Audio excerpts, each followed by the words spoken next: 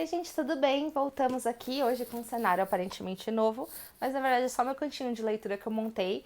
Fiz até um shorts pra vocês, mas se vocês quiserem mais pra frente eu posso fazer um vídeo mostrando com mais detalhes. Mas hoje eu quis vir contar pra vocês sobre uma distopia em quadrinhos muito boa que eu li, que chama Está Tudo Bem. Temos aqui o volume 1 e 2, vou fazer esse vídeo com e sem spoilers, tá?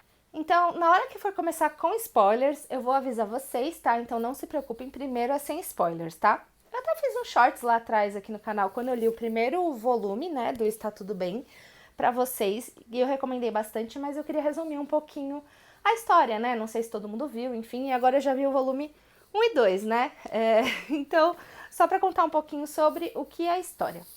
Basicamente, em Está Tudo Bem, a gente tá num mundo que dá pra entender que é distópico, né, todo mundo vive aquela vida perfeitinha, todo mundo tem que falar as coisas certas, agir da maneira certa, todo mundo mora num bairro que as casas são idênticas. Sabe, dá pra ver que tem um padrão ali na sociedade em como se vive, tá? As pessoas, elas são representadas dessa forma aqui. Então, elas têm um corpo humano e uma cara de gato. Não fica claro em nenhum momento, mas também não sei se precisa ficar claro, se essa é a fisionomia delas ou se isso é uma máscara.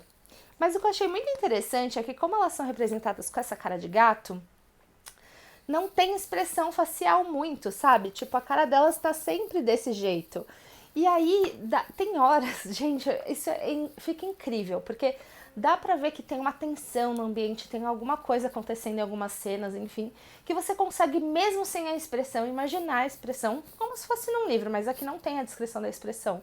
Mas pelo que tá acontecendo na situação, você consegue imaginar qual é a expressão da pessoa, sabe? E, tipo, a tensão fica palpável. É muito incrível. Por exemplo, aqui é uma cena, na verdade, bem tensa, mas a expressão é exatamente igual sempre. Então, isso é bem interessante, tá? E todo mundo tem essa cara padronizada. Mas, basicamente, aqui em Está Tudo Bem, a gente vai acompanhar um casal, né? Que é a Maggie e o Sam. Sam de Samuel. Que, enfim, eles estão vivendo essa vida perfeita, mas logo no começo, gente, é assim, não é spoiler, é as primeiras páginas, tem algo muito estranho acontecendo naquele lugar. Eles falam sempre do cachorro deles, o Winston, mas a gente vê que o Winston tá morto. E agora editando eu percebi que eu não comentei na hora, mas o Winston sempre traz a referência ao personagem principal de 1984, que é uma distopia extremamente conhecida do George Orwell, que tem o Big Brother, que tá sempre observando todo mundo. E o fato do Winston estar morto parece muito simbólico sobre a possibilidade de pensar ou de tentar questionar esse sistema também estar morta, sabe? E não dá pra entender muito bem, sabe? Por que eles ficam fingindo que ele tá vivo? Tipo, o que tá acontecendo? Eles precisam sempre fingir que tá tudo certo, sabe? Mas dá pra ver que nem tudo nessa sociedade é perfeita. Aparece alguém como se fosse um morador de rua, alguma coisa assim, pedindo comida, enquanto eles estão jantando, batendo na janela. E eles têm que ignorar e continuar conversando como se, assim, vida segue normal, sabe? Então é tudo muito, muito estranho. E dá pra ver que no segundinho que eles vão sair fora da linha, o olho deles fica vermelho. Tipo, um dos olhos fica vermelho e eles automaticamente voltam pra linha. Então não fica claro no começo se eles estão sendo controlados por alguma coisa, se, tipo, alguém tá entrando ali vendo na visão deles, e eles precisam, tipo, se é uma vigia, alguma coisa assim. Então já cria essa sensação de suspense, mesmo sendo uma distopia, sabe? Não suspense no estilo terror, mas, tipo, o que tá acontecendo aqui? E, basicamente, no volume 1, a gente vai vendo que a Meg, ela pensa, sabe? Tipo, ela pensa sobre aquela situação, pensa fora da caixa. No começo, não fica claro se os outros também pensam e estão se reprimindo ou se tá todo mundo vivendo, sabe, totalmente numa ilusão, tipo. Mas ela começa a pensar fora da caixa de uma forma que os outros não estão pensando ou não estão demonstrando pensar. Então a gente vai acompanhando ela nessa jornada. E ela começa a falar com o vizinho dela, o Charlie, que dá pra ver que ele também pensa, sabe? Mas eles precisam tomar sempre muito cuidado com as aparências, porque qualquer outro vizinho pode delatar eles a qualquer momento, tá? Tem outras peculiaridades aqui, mas são peculiaridades que foram surgindo ao longo da história. Então eu não vou contar pra vocês nessa parte sem spoilers. E aí aqui, gente, o volume 2, ele não tem ainda em português, tá? O volume 1, Eu comprei esse ano em português, ele é da Suma HQ, que deve ser da Companhia das Letras, porque a Suma é da Companhia das Letras, né?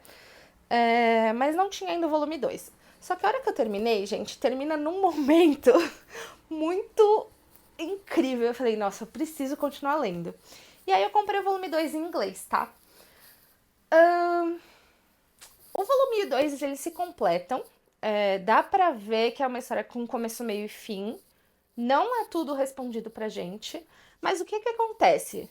Está Tudo Bem é baseado numa... eu não sei exatamente como descrever, mas ele é baseado numa história que é publicada online. É um webtoon.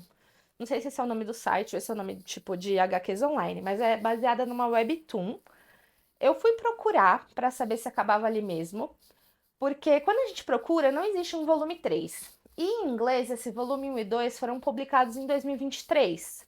Nada foi publicado em 2024, então parecia que acabava ali. Mas o Webtoon, ele continua, tá? O que que acontece? Depois do volume 1 e 2, tem como se fosse umas pequenas short stories ali sobre um outro personagem naquele universo, que até tem no final desse daqui. Então, o autor é como se ele publicasse um capítulo por semana online, aí ele publicou essas short stories, depois voltou para a história de novo. Mas não parece que isso foi traduzido em livro mais, tá? Assim, eu não li ainda o Webtoon, tô pensando se eu vou ler ou não, provavelmente eu vou, mas eu não sei se o site apaga ou não, enfim, vou deixar aqui embaixo para vocês, mas tá em inglês, tá? Online. Mas, assim, tem um começo, meio e fim aqui, tá? Tudo é respondido? Não. Não, não é tudo respondido. Mas, tipo, a gente entende um pouco mais do universo, tem um plot twist, uma ação e uma conclusão para aquela ação. Então, poderia terminar de ler nesses 2 volumes, tá bom? Gente, assim, eu recomendo muito. Eu sei que nem todo mundo gosta de HQ, mas eu sei que muita gente gosta de distopia. E eu achei que é um universo muito interessante e instigante a hora que você tá lendo, sabe? Então, se você puder dar a oportunidade de ler, está tudo bem. Eu acho que é uma leitura bem bacana. É, Eu gostei bastante, tá? Agora, se você leu o volume 1, não sabe inglês, não quer esperar sair em português, o volume 2, quer saber tudo da história, tudo desse universo distópico, vou falar pra vocês agora com spoilers, tá bom? Então, se você não tiver interesse nessa parte, até o próximo vídeo, tem outros vídeos aqui no canal, comenta outras leituras, vou deixar playlists aí pra vocês e a gente se encontra, tá bom? Como eu contei pra vocês, o livro acompanha, né, o Sam e a Maggie, eles vivem essa vida perfeita, todo mundo tem que fingir que tá tudo bem, enfim, como eu já falei, tá? O cachorro deles, como eu comentei, eles têm que fingir que tá tudo bem, mas o cachorro deles, tipo, já tá morto lá na casa deles. Isso é muito, muito bizarro, tá? E quando aparece esse aspas, essa pessoa pedindo comida, que parece que mora na rua, enfim, não dá pra entender muito bem o que tá acontecendo, eles não podem ajudar, eles precisam ficar ignorando, mas eles não conseguem, então eles dão um cachorro pra pessoa comer. É bem estranho, tá? E aí depois disso, dá pra ver que como isso é levemente sair da linha, ou eles vão começar a falar alguma coisa, um olho deles fica vermelho e eles automaticamente voltam a viver aquela vida de aparências, tá? Então, isso é bem estranho. Eles têm 2 vizinhos, né? Que eu não lembro o nome agora, é um casal de vizinhos, que eles convivem ali sempre. Esse casal de vizinhos chama eles pra jantar e chama um outro vizinho que chama Charlie pra jantar também, tá? Nesse jantar, a gente conhece um pouco mais desses vizinhos todos. O casal, dá pra ver que eles estão prontos pra ir pra um lugar que chama Lakeview.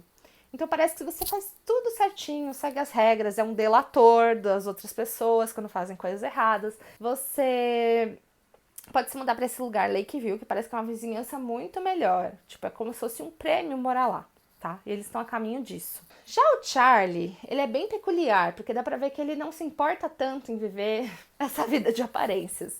Então dá pra ver que ele é um pouco mais fora da casinha ali, sabe? Um pouco mais. Não reacionário, mas. Assim, menos na linha, tá? Nisso tudo, a gente vai vendo que cada vez mais a Maggie pensa, sabe? Ela pensa, ela, tipo, fala coisas, pensa coisas, enfim, tá desviando um pouco dessa vida perfeitinha que precisa ser visita, que é vigiada. De qualquer forma, acho que o Charlie percebe que a Maggie tem essa leve tendência e um dia chama ela pra casa dele, tá? Quando ela chega lá, ele fala que quer mostrar um negócio no porão. Nisso, na exata hora que eles vão lá, aparece um policial, né, que é o Tom, e ele pede pra ver o porão. Ele e o Charlie descem pro porão, a Meg não desce, ou na verdade acho que ele desce pro porão, os dois ficam ali, enfim, ele desce pro porão. E a Meg não vê. E quando ele volta, ele reclassifica o Charlie, tá? Assim que ele aperta o botão de reclassificação do Charlie no celular dele, o Charlie começa a gritar. E aí não dá pra entender se o Charlie tá, tipo, sofrendo dores, vendo alguma coisa. Mas isso acontece, tá? O Charlie tenta arrancar a própria cara nessa hora. É meio bizarro. E, enfim, acaba por ali, tá? E aí o Charlie some. Tipo, ele não tá mais lá, entendeu? O policial manda a Maggie pra casa, pergunta se ela tá bem. E aí o Charlie não tá mais lá. Só que ela, fica pensando muito nisso, né? Até que um dia ela entra na casa do Charlie, dá uma invadida ali, mesmo estando vazia, pra ver o que tinha no raio do porão, né? Quando ela desce lá, o porão está normal. Um porão normal, de uma pessoa normal, nada de demais. Ela dá uma investigada. Atrás de uma máquina de lavar, uma caixa, ela encontra um mínimo pedaço de papel alumínio. Ela também encontra dentro de uma caixa, de um trenzinho, porque o Charlie, ele vivia falando antes, acho que eu não comentei, mas ele vivia falando, tipo, que ele ficava no porão, mexendo nos trenzinhos, sabe? Quando perguntavam o que ele fazia o dia inteiro. Ela encontra uma caixa de um trenzinho. Dentro dessa caixa tem duas coisas. Primeiro é um desenho, que dá pra ver que é um desenho de uma criança, da Charlotte, que parece ser filha do Charlie, mas não apareceu em nenhum momento. E um livro que explica como fazer uma gaiola de Faraday. A gaiola de Faraday é um negócio feito de alumínio que impede campos eletromagnéticos. E, enfim, nesse livro estava escrito que dá para ser construído com papel alumínio. Nisso ela entende que provavelmente era isso que ele estava fazendo ali no porão. Não tá mais lá, alguém deve ter tirado, mas era isso que estava fazendo ali no porão. Então, isso, tipo, muda muita coisa para ela, sabe? Até esse momento na história, eu não tinha reparado que não tinha criança nesse livro. Que, tipo, só tinham adultos habitando esse mundo. Mas aí a gente percebe na evolução que ela também tem filhos, tipo, que não estão ali com ela. Não sei se ela tá se lembrando que ela tem filhos, ou ela sempre se lembrou e agora tá trazendo essa memória à tona. Mas dá pra perceber que essas crianças não estão lá com as pessoas, entendeu? É é um plot bem interessante esse momento. Beleza. Nisso, ela resolve então ir numa loja. Lá as lojas não tem nome, não tem marca. É tipo assim, você vai comprar um peixe, é uma lata escrito peixe. Você vai comprar um frango, é uma lata escrito frango. Tipo, nada tem marca, sabe? É o que tem lá. Ela vai comprar papel alumínio. Ela pergunta isso no mercado. Talvez ela não... Ela vai comprar papel alumínio. Obviamente não tem no mercado, né? Mas uma pessoa que estava fazendo compras no mercado vê ela perguntando isso. Chama ela no estacionamento, é uma mulher, e dá papel alumínio para ela. E pergunta assim, qual o tamanho do frango que você precisa cozinhar com papel alumínio? Nisso, a Meg passa mais ou menos a dimensão do porão dela, a mulher não acha nada estranho, ou seja, né, elas estavam só fingindo ali o que elas estavam falando, e a mulher dá o papel alumínio suficiente para Meg, tá? Então a Meg, ela começa a fazer uma gaiola de Faraday com o porão dela. Ou seja, ela começa a passar papel alumínio no teto, paredes, chão, tudo mais. Pra entender o que o Charlie estava querendo mostrar, né? Ok. Ela esconde isso do marido, a vida vai seguindo. Até que um dia bate o policial Tom na casa dela e pede pra ver o porão dela. O marido dela tá lá também.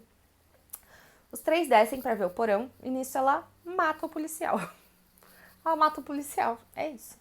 E aí termina o volume 1. Tipo assim, gente, o que tá acontecendo? Eu preciso de resposta, sabe? O que houve? O que ela vai descobrir? O que, sabe? Ah, então, eu precisei comprar o volume 2, tá? No volume 2, muita coisa acontece. Mas basicamente continua exatamente daquele momento, né? O Sam fica assim, Maggie, você tá maluca? O que você tá fazendo, entendeu? Aí ela explica, enfim, pro Sam que eles podem falar normalmente lá. Ou seja, essa gaiola de Faraday, o que ela tava fazendo? Ela tava impedindo que o governo, sei lá o que tá monitorando todo mundo o tempo todo, monitorassem eles ali. Então, nenhum sinal chegava ali. Eles poderiam falar livremente sobre o que eles quisessem, entendeu? E viver normalmente dentro daquele ambiente.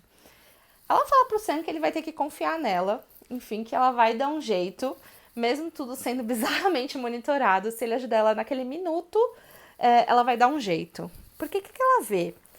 No celular do policial, a cada 10 minutos tem uma checagem de GPS.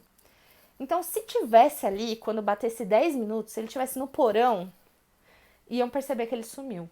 Então, eles precisam levar o corpo do policial até o andar de cima, tipo, loucura, pra bater o sinal do GPS, entendeu? Beleza. A partir daí, eles bolam um plano. Primeiro mostra a execução do plano, sem a gente entender direito, e depois explica o porquê que aquele plano foi bolado daquela forma, tá? Então, eu vou falar um pouquinho sobre a execução do plano. Simplesmente, o Sam põe as roupas do policial e vai na casa do vizinho. Como eles têm essa cara de gato, meio que todo mundo é muito parecido, entendeu? Não tem diferenças faciais. Ele bate na porta do vizinho, pede um uísque, fala com o vizinho tá assim achando meio estranho, pede pra ver o porão, faz uns barulhos e vai embora. Pela porta dos fundos. O vizinho não entendeu nada. Na hora que ele vai embora, a Meg bate na porta do vizinho, fala, ai, perdi meu cachorro, não sei o que, você viu por aí? Aí o vizinho não, acha tudo aquilo muito estranho. A esposa do vizinho não tá lá. Ele acha aquele comportamento bizarro de todo mundo. Tipo, ele acha até o policial meio estranho, assim. Não entendeu muito bem o que aconteceu. E ele vai ligar pra reportar. No que ele vai ligar pra reportar, que nem ele sempre faz com a mulher dele, tipo, e esse é o ponto interessante. No volume 1, ele e a mulher dele, a gente acha eles, nossa, que sacos, né? Caguete, tipo, estragando tudo pra todo mundo. Mas eu mudei um pouco minha opinião nesse segundo livro, mas beleza. Ele vai ligar pra reportar e não levam o reporte dele a sério, não querem nem escutar, entendeu? Ele fala, tá bom, enfim, seguir aqui minha vida. Quando a mulher chega, ele conta o que aconteceu. E a mulher, tipo assim, nossa, que estranho, tal, não sei o quê. Aí ele fala assim, cara, e se eles mataram o policial? Aí ela fala assim, quê? Tá maluco? Você é idiota? Tipo, nossa, seu maluco. Tipo, e não leva ele a sério. Dá pra ver que naquele casal, a dinâmica é que a mulher é o cérebro, sabe? É ela que sempre reporta. Mas naquele momento, meio que ele matou a charada sem entender muito bem o motivo. Ela falou assim, me explica, me convence aí do que você tá falando. E ele não consegue, entendeu? Porque ele tá só achando muito estranho tudo. Beleza. À noite, o que acontece? A gente descobre qual era o plano da Meg e do Sam. Depois que os vizinhos dele vão dormir, eles invadem a casa dos vizinhos pela janela que o Sam trancou durante o dia, tá? Eles colocam o corpo lá no porão e durante o dia o Sam já tinha deixado no porão o GPS que monitorava o policial, que estava na cabeça do policial. Tipo, eles arrancaram do corpo o GPS, deixou lá escondido o GPS e o martelo. E aí eles deixam o corpo lá. Beleza. Ah, ele também tinha deixado o celular do policial lá, destruído, alguma coisa assim, mas tinha deixado lá. Então, à noite, a mulher do policial liga para o resto da polícia e fala, cara, cadê meu marido, né? Tipo, não voltou nunca mais para casa. E eles veem que o final do GPS tinha sido lá na casa do vizinho. Então, eles vão lá atrás, né? E a gente descobre também que a Meg, ela tinha visto porque que o policial foi investigar lá na casa dela. Tava escrito que eles não tinham tido o sinal do GPS dela algumas vezes seguidas, porque provavelmente ela estava no porão, então estava isolado. Então, não tendo o sinal de GPS, eles já entenderam que ela devia estar fazendo alguma coisa para burlar e foram lá verificar. Isso é muito interessante. E aí, era uma troca de mensagens com um outro policial ou com um superior. E aí, ela manda uma mensagem fingindo ser policial, falando, olha, o casal que reportou a atividade estranha desse vizinho, que eles também tinham sido reportados pelos vizinhos, não era real, tipo, era alarme falso e tal, não acreditam mais nos reportes desse vizinho. Por isso que eles não estavam muito acreditando quando o marido do vizinho ligou. Nossa, eu devia lembrar o nome, né? Acho que ia ficar menos confuso pra explicar, mas tudo bem. Por isso que eles não estavam acreditando quando o marido do vizinho ligou, tipo, porque, não acredite em nada que esses dois falam que é tudo falso, né? Aí, beleza. Nisso, eles foram lá, né? A própria Meg também denunciou os vizinhos, falando que tinha achado alguma coisa estranha.